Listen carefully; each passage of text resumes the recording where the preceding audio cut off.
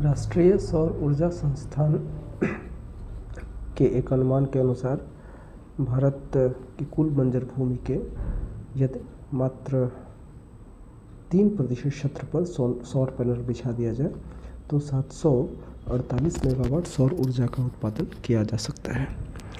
लेकिन यह अनुमान तो अपनी जगह सही है, लेकिन इसमें सबसे बड़ी दिक्कत यह है कि फिर चूँकि सौर ऊर्जा है तो सौर ऊर्जा के संग्रहण की समस्या यानी बैटरी स्टोरेज में बहुत अधिक पैसा खर्च करना होगा। दूसरी बात, ग्रिड सौर ऊर्जा को नेशनल ग्रिड से जोड़ना, ये भी एक बड़ी समस्या है। या यदि क्षेत्रीय स्तर पर भी यदि किया जाए तो उसके लिए एक अलग से माइक्रो ग्रिड विकसित करना होगा। तो इन सभी समस्याओं का एक समाधान अभी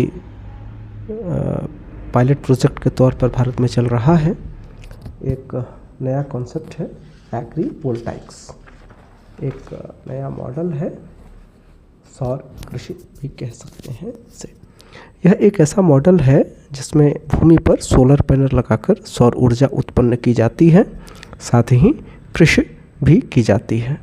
भारत में अत्यधिक ऊष्मा या गर्मी के कारण फसलों की उत्पादकता अपेक्षाकृत कम हो जाती है।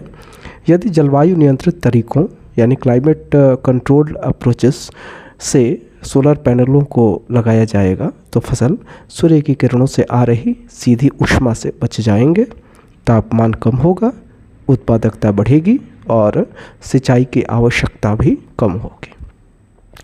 बिहार और उत्तर प्रदेश जैसे सघन राज्यों में जहां घरों की छतें छोटी छोटी हैं, एग्रीवोल्टाइक्स एक बढ़िया उपाय हो सकता है। महाराष्ट्र के परभाणी में 5 एकड़ में ऊपर उठाए हुए सौर पैनलों के नीचे अदरक, हल्दी, भिंडी, मूंगफली आदि जैसी फसलें उगाई जा रही हैं। यह 50 मेगावाट सौर बिजली पैदा करेगा यह प्रोजेक्ट, और भारत में सौर कृषि के चुनिंदा पायलट प्रोजेक्टों में से एक है। सौर कृषि या एग्रीवोल्टाइक्स की अवधारणा के अंतर्राष्ट्रीय स्तर पर कई सफल प्रयोग हुए हैं, पर भारत में अभी यह शिशु या नवजात अवस्था में है। एक अनुमान के अनुसार भारत के विभिन्न भागों की ऊर्जा आवश्यकताओं को स्थानीय तौर पर ही पूरा करने हेतु 75,000 वर्ग किलोमीटर में सौर पैनल लगाने की आवश्यकता होगी। सघन कृषि वाले क्षेत्रों में कृषकों की चिंता यह है कि उनकी भूमि बेकार हो जाएगी, यूजलेस हो जाएगी और प्रकारांतर से छीन ली जाएगी।